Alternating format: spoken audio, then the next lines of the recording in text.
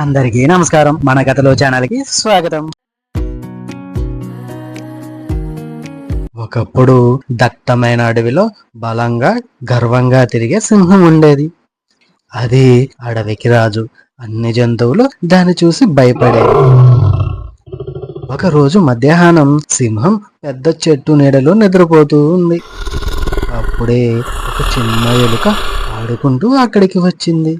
అది తెలియకుండానే సింహం పైకి ఎక్కి దూకసాగింది. సింహం ఒక్కసారిగా మేల్కొంది.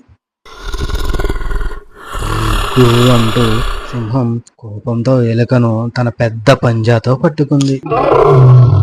ఎలుక భయంతో వణికిపోయింది. అయ్యో మహారాజా, దయచేసి నన్ను విడిచిపెట్టండి. ఒకరోజు నేను కూడా మీకు సహాయం చేస్తాను అని వేడుకుంది. సింహం పెద్దగా నవ్వింది. నువ్వు నాకు సాయం చేస్తావా అని వెటకారంగా నవ్వసాగింది. అయినా సింహం హృదయం కరిగింది. సరే పో, ఇక జాగ్రత్తగా ఉండు అని ఎలుకను వదిలేసింది. ఎలుక ఆనందంగా అడవిలోకి పరిగెత్తింది. కొన్ని రోజుల తర్వాత ఒక వేటగాడు అడవిలో వల వేశాడు. అదే దారిలో వచ్చిన సింహం అజాగ్రత్తగా ఆ వలలో చిక్కుకుంది. సింహం ఎంత గర్జించినా ఎంత ప్రయత్నించినా ఆ వల తెగలేదు. అది నీరసించిపోయింది, బలహీనంగా మారింది.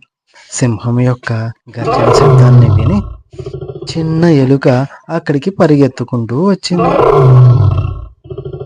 మహారాజా, మహారాజా, భయపడకండి, నేను వచ్చాను అని చెప్పింది. తన చిన్న పళ్ళతో ఎలుక వలను కొరకటం ప్రారంభించింది. కొరుకుతూ కొరుకుతూ చివరకు వల మొత్తాన్ని తెంపేసింది. సింహం వల నుంచి విముక్తి పొందింది. సింహం ఆశ్చర్యంగా ఎలుకను చూసింది. నిజమే, చిన్న వాళ్ళను తక్కువగా చూడకూడదు.